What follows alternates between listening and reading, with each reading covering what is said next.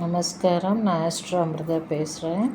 போன வீடியோ வரையில் நாம் மூல நட்சத்திரக்காரர்கள் எந்த கோவிலுக்கு சென்றால் அவர்கள் தங்களுடைய வாழ்க்கையில் முன்னேற்றம் பெறலாம் என்பதை பற்றி பார்த்தோம். அதாவது அஸ்வினி முதல் மூல நட்சத்திரம் வரை பார்த்தோம். இன்று நாம் பார்க்க போகும் நட்சத்திரம் பூராட நட்சத்திரம். பூராட நட்சத்திரத்திலிருந்து சில பல நட்சத்திரங்களை நாம் பார்க்க போகிறோம். அதாவது இந்த குறிப்பிட்ட நட்சத்திரக்காரர்கள் எந்தெந்த கோவிலுக்கு சென்றால் அவர்களுக்கு நன்மை உண்டாகும் என்பதை பற்றி தான். அப்படி பார்க்க போனால் பூராட நட்சத்திரக்காரர்கள் செல்ல வேண்டிய கோவில் அருள்மிகு ஆகாசபுரீஸ்வரர், மங்களாம்பிகை, கடுவெளி, திருவையாற்றிலிருந்து கல்லணை செல்லும் வழி 4 கிலோமீட்டர் தூரம். இந்த கோவிலுக்கு சென்று வந்தால் பூராட நட்சத்திரக்காரர்களின் வாழ்க்கையில் நிச்சயம் நல்ல ஏற்றம் உண்டாகும்.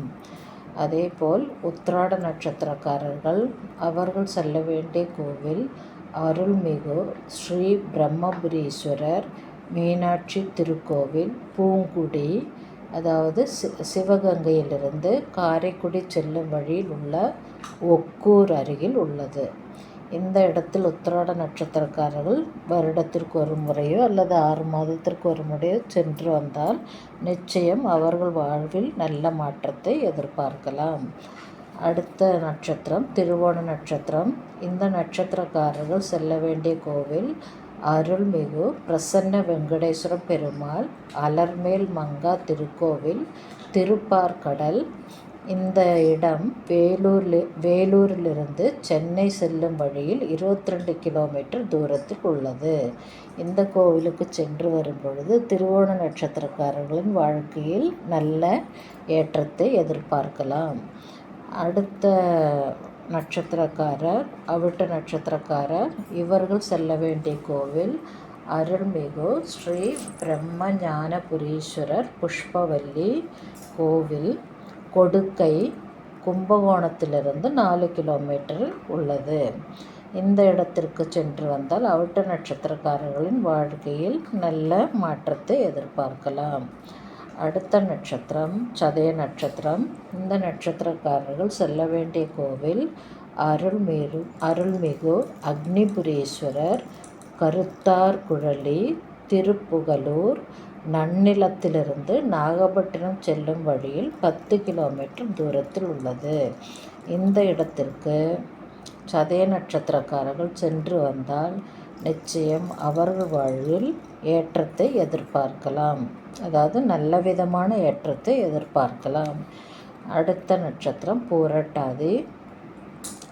இந்த நட்சத்திரக்காரர்கள் செல்ல வேண்டிய கோவில் அருள்மிகு திருவானேஸ்வரர் காமாட்சியம்மன் திருக்கோவில், ரெங்கநாதபுரம், திருவையாறு, திருக்காட்டுப்பள்ளி சென்று 2 கிலோமீட்டர் சென்றால் இந்த கோவில் உள்ளது.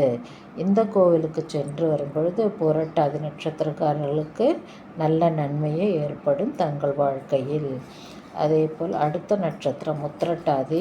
இந்த நட்சத்திரக்காரர்கள் செல்ல வேண்டிய கோவில் அருள்மிகு ஸ்ரீ சகஸ்ர லக்ஷ்மி ஸ்வவங்க பிரகநாயகி திருக்கோவில், தீயத்தூர், புதுக்கோட்டை மாவட்டம், ஆவுடையார் கோவில், திருபுவன வாசல் சாலையில் 21 கிலோமீட்டர் தூரத்தில் உள்ளது.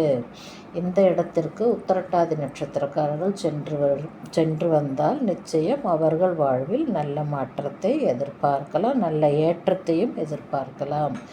அடுத்த நட்சத்திரம் கடைசி நட்சத்திரம் ரேவதி நட்சத்திரம். இந்த நட்சத்திரக்காரர்கள் செல்ல வேண்டிய கோவில் அருள்மிகு ஸ்ரீ கைலாசநாதர் கருணாகரவல்லி திருக்கோவில், காருக்குடி, திருச்சி மாவட்டம். முசிறியிலிருந்து தாத்தையாங்கார்பேட்டை சென்று செல்ல வேண்டும். இந்த மாதிரி இந்த ரேவதி நட்சத்திரக்காரர்களும் அவர்கள் தங்கள் வாழ்க்கையில் வருடத்திற்கு ஒரு முறையோ அல்லது 6 மாதத்திற்கு ஒரு முறையோ கோவிலுக்கு சென்று வந்தால் நிச்சயம் அவர்களுக்கும் நல்ல ஏற்றம் உண்டாகும் வாழ்க்கையில். எனவே அந்தந்த நட்சத்திரக்காரர்கள் அவரவர் நட்சத்திரம் மாதம் வரும் நட்சத்திரத்தன்று எல்லா நட்சத்திரக்காரர்களும் குறிப்பிட்ட கோவிலில் சென்று உங்கள் பெயரில் அர்ச்சனை செய்துவிட்டு வரும் பொழுது நிச்சயம் உங்களுக்கு வாழ்க்கையில் நல்ல முன்னேற்றத்தை எதிர்பார்க்கலாம். அதில் சந்தேகமில்லை. இந்த வீடியோ பிடித்திருந்தால் மற்றவருக்கு ஷேர் செய்யவும், சப்ஸ்கிரைப் செய்ய மறக்க வேண்டாம். By from astro.